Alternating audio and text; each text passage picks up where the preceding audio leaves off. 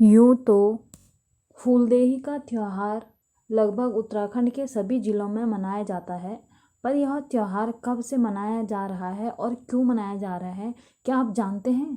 अगर नहीं तो आइए जानते हैं इस वीडियो के माध्यम से। पौराणिक मान्यताओं के अनुसार फूलदेही त्यौहार को मनाने के पीछे एक रोचक कहानी है। ऐसा कहा जाता है कि भगवान शिव शीतकाल में अपनी तपस्या में लीन थे। ऋतु परिवर्तन के कई वर्ष बीत गए, परंतु भगवान शिव की तपस्या नहीं टूटी।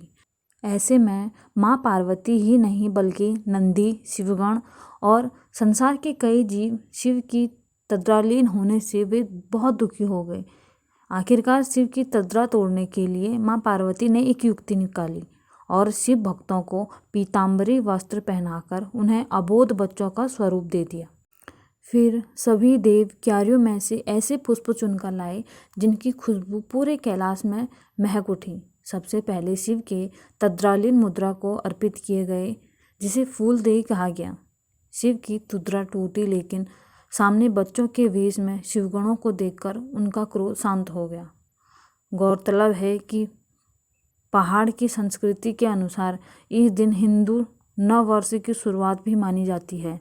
इस वक्त उत्तराखंड के पहाड़ों में अनेक प्रकार के सुंदर और रंग बिरंगे फूल खिलते हैं और पूरे पहाड़ का आंचल रंग बिरंगे फूलों से सजा होता है। इसी फूलदेही से संबंधित एक अन्य लोक कथा प्रचलित है।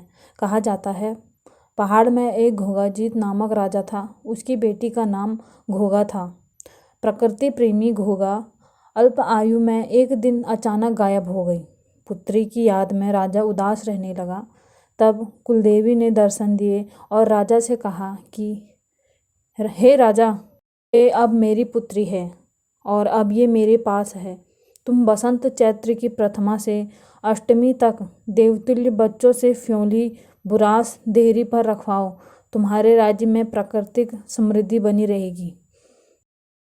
इधर घोगा एक वन कन्या बन गई। जहाँ उसका नाम फ्योली पड़ा, वह जंगल में ही रहने लगी। जंगल के पेड़ पौधे और जानवर ही उसका परिवार बन गए और दोस्त भी।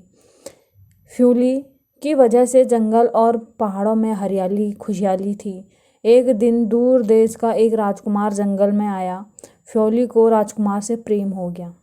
राजकुमार के कहने पर फ्योली ने उसे शादी कर ली और पहाड़ों को छोड़कर उसके साथ महल चली गई। फ्योली के जाते ही पेड़ पौधे मुरझाने लगे, नदियाँ सूखने लगी और पेड़ बर्बाद होने लगे। उधर महल में फ्योली खुद भी बहुत बीमार रहने लगी। उसने राजा से उसे वापस पहाड़ छोड़ने की विनती की, लेकिन राजकुमार उसे छोड़ने को तैयार नहीं था और एक दिन फ्योली मर गई। मरते मरते उसने राजकुमार से गुजारिश की, हे राजकुमार, मेरा शव पहाड़ में ही दफना देना। फ्योली का शरीर राजकुमार ने पहाड़ की उसी चोटी पर जाकर दफनाया जहाँ से वह राजकुमार उसे लेकर आया था। जिस जगह पर फ्योली को दफनाया गया, कुछ महीनों बाद वहाँ एक फूल खिला जिसे फ्योली नाम दिया गया। इस फूल के खिलते ही पहाड़ फिर से हरे होने लगे। नदियों में पानी फिर लबालब भर गया। पहाड़ की खुशहाली फ्योली के रूप में लौट आई।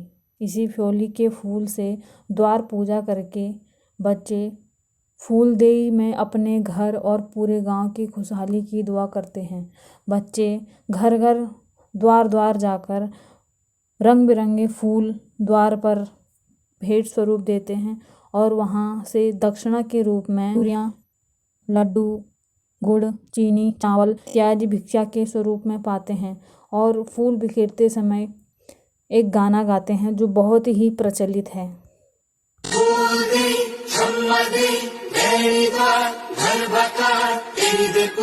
बार बार